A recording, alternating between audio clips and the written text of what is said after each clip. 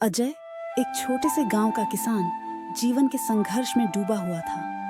वह गांव का सबसे गरीब किसान था, लेकिन उसकी मेहनत और ईमानदारी की कहानियां गांव के लोग बड़े गर्व से सुनाते थे। उसकी उम्र 50 साल के करीब थी और उसके पास एक छोटा सा खेत था जिसमें वह हर रोज दिन रात मेहनत करता था। उसके पास कोई आधुनिक उपकरण नहीं थे, बस पुराने औजार और एक टूटा हुआ बैल जो उसकी एकमात्र मददगार था। अजय की दिनचर्या बहुत ही कठिन थी। सुबह 4 बजे उठकर वह खेत पर जाता था और शाम को सूर्यास्त के बाद ही घर लौटता था।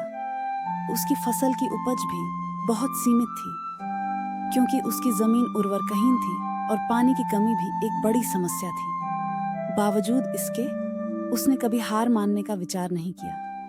वह हमेशा अपने काम में व्यस्त रहता और फसल की गुणवत्ता को सुधारने के लिए नए नए तरीके अपनाने की कोशिश करता रहता। अजय का परिवार भी उसकी तरह ही साधारण था। उसकी पत्नी ममता और 2 छोटे बच्चे सोनू और पिंकी हमेशा उसके साथ होते थे। ममता भी खेत में अजय का हाथ बटाती थी और घर का कामकाज संभालती थी। बच्चों की पढ़ाई के लिए अजय बहुत चिंतित था, क्योंकि उसके पास इतने पैसे नहीं थे कि वह उन्हें अच्छे स्कूल में पढ़ा सके। लेकिन अजय का सपना था कि उसके बच्चे पढ़ाई करके एक बेहतर जीवन जी सके। एक दिन गांव में एक बड़े पूंजीपति ने आकर किसानों के खेतों को खरीदने की पेशकश की। यह सुनकर गांव के सभी किसान उत्साहित हो गए, लेकिन अजय के लिए यह प्रस्ताव एक दुविधा बन गया। उसके पास इतना पैसा नहीं था कि वह अपनी जमीन बेच सके, लेकिन फिर भी उसने सोचा कि अगर वह अपनी जमीन बेचता है तो शायद उसके बच्चों के भविष्य को बेहतर बना सकेगा।